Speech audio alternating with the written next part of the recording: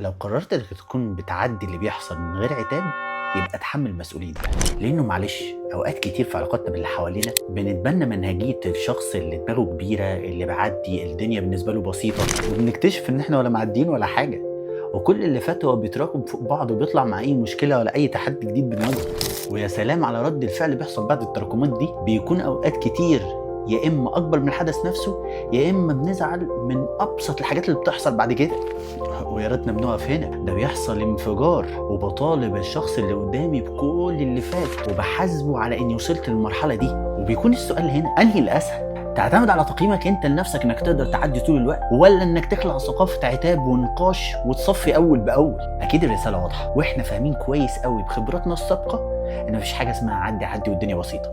حلو اننا نعدي، ومهم جدا نيجي على نفسنا، بس ولا نخليه ثقافه في العلاقه طول الوقت، ونتاكد كمان ان مش هنخلي اللي قدام